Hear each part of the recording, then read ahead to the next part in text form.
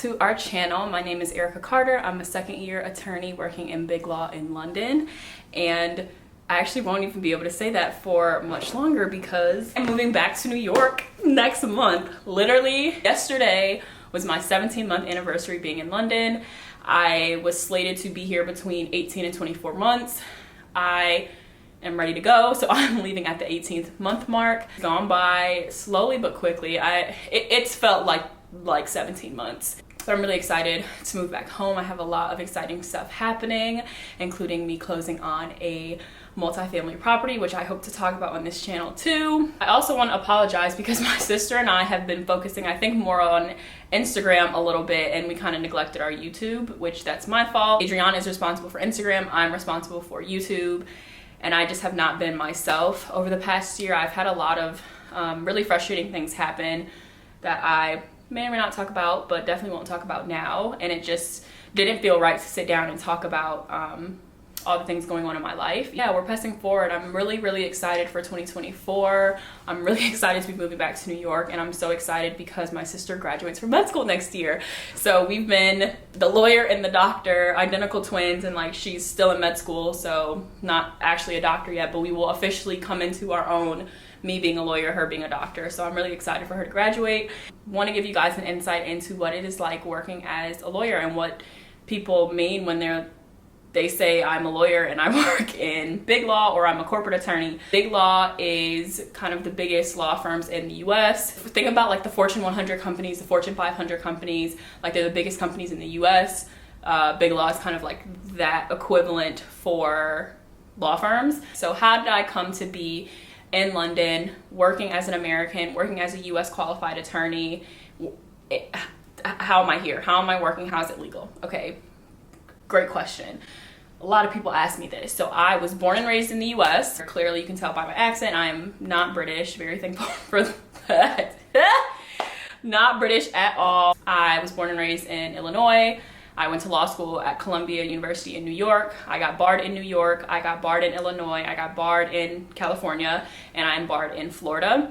And so my firm is a New York-based firm, and they have an office in London. A lot of big law firms also have offices abroad, so they'll have some in London, they'll have some in South Africa, they'll have some in France, in Hong Kong, right? So my firm just has an office in London, but we still practice US law.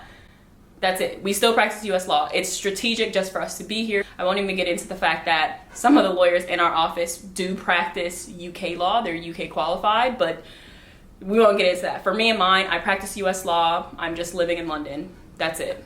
I have my JD. I do not have my LLM. I'm not a barrister. I'm not anything. I am solely US qualified. I went to 4 years of undergrad, 3 years of law school, got my JD, and I'm practicing US law. That's it.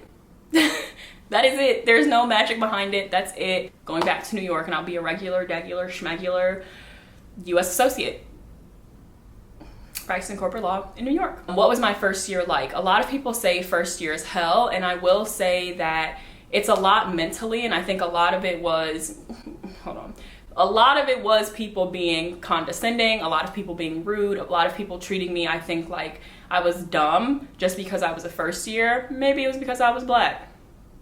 Who knows? I won't put that on them, but you can't ignore racism. As a black woman, honestly, it got to me a little bit being one of the only black women or one of the only black people in my office. There are not a lot of us. Being confident in being who I am, being seen, being heard, not being afraid of making a mistake. Confidence for me and lack thereof was one thing that I struggled a lot with my first year, and anxiety because you don't want to mess up or dealing with a little bit of imposter syndrome. Yeah, all the feelings that come with that. So it was a little bit of that. I think it was also just me coming into the confidence that I am an attorney. Just because the stuff you do in law school does not match the stuff that you practice in the real world in big law if you're doing corporate. So law school is very litigation heavy. People will tell you. You'll learn about corporations. You can take corporations classes, but a lot of it, you're reading cases. They're 40 pages long, 50 pages long. And that's not really like, you can learn case law, you can learn a holding and know how to analyze an issue. But when you are in the real world, you're drafting documents. A lot of it is practice. It's just you getting muscle memory. It's you kind of being in the weeds and knowing what is this agreement, what is that agreement, how do the two combine, how do you use this legal resource to find what you need, or how do you take a precedent that matches the deal that you're doing and change it to accommodate the circumstances that you're working on. So a lot of my first year was doing that, was finding precedents using legal research tools such as LexisNexis. People who are in law school will know what that is.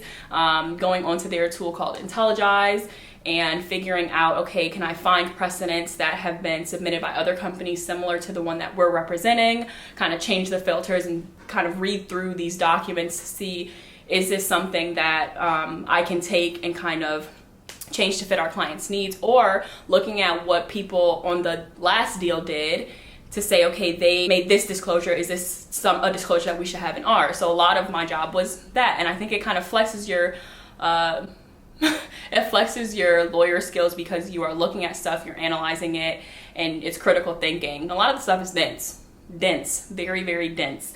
So looking at it, first of all, understanding what it means, and then being able to extrapolate and say, okay, this is what it means. Can this apply to our situation? And then a lot of it too was me just doing a little bit of deal management and making sure that things were filed, making sure things were kind of organized in our online document management system, and just kind of being available. A lot of times the deal would die down, and I would just have to make sure I'm constantly checking my phone to make sure if a more senior associate is emailing me or asking me a question, I was responsible for just being available.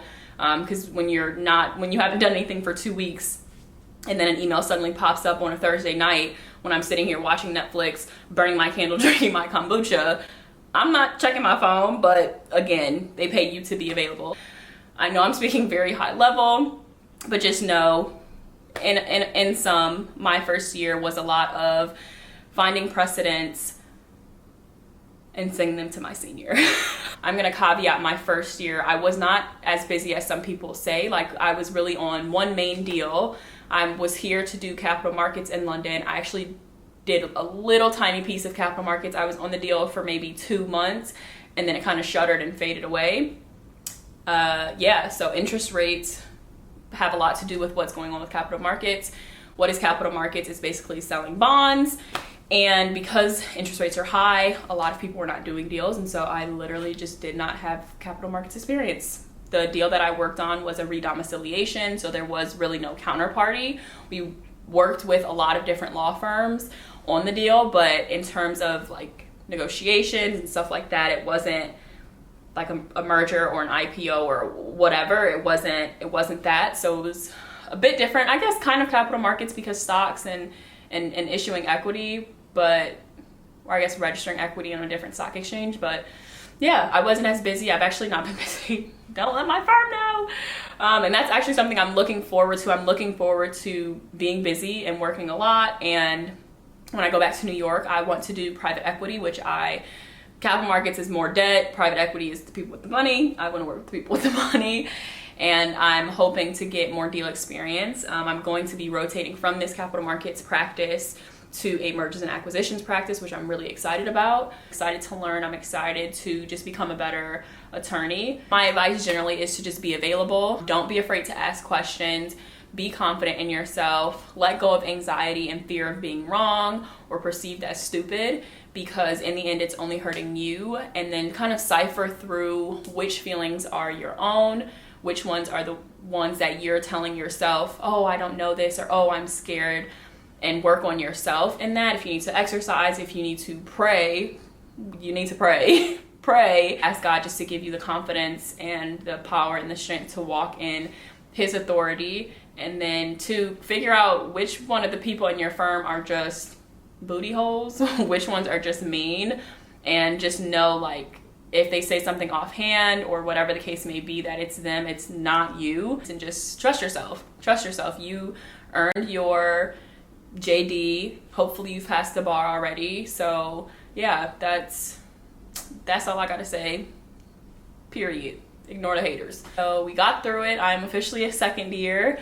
Almost 2 months in, and I don't want to quit yet.